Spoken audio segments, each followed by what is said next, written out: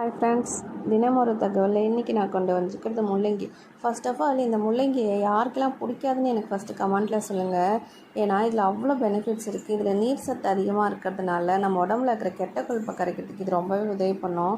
அது மட்டும் இல்லாமல் வெயிட் லாஸ் பண்ணுறதுக்கும் சுகர் பிரச்சனையால் கஷ்டப்படுறவங்களும் இந்த முள்ளங்கியை ஜூஸாக 1 மந்த் அவங்க ரெகுலராக குடிச்சிட்டு வந்தாக்கா அவங்களுக்கு சூப்பராக உங்களுக்கு ரிசல்ட்டு கிடைக்கும்.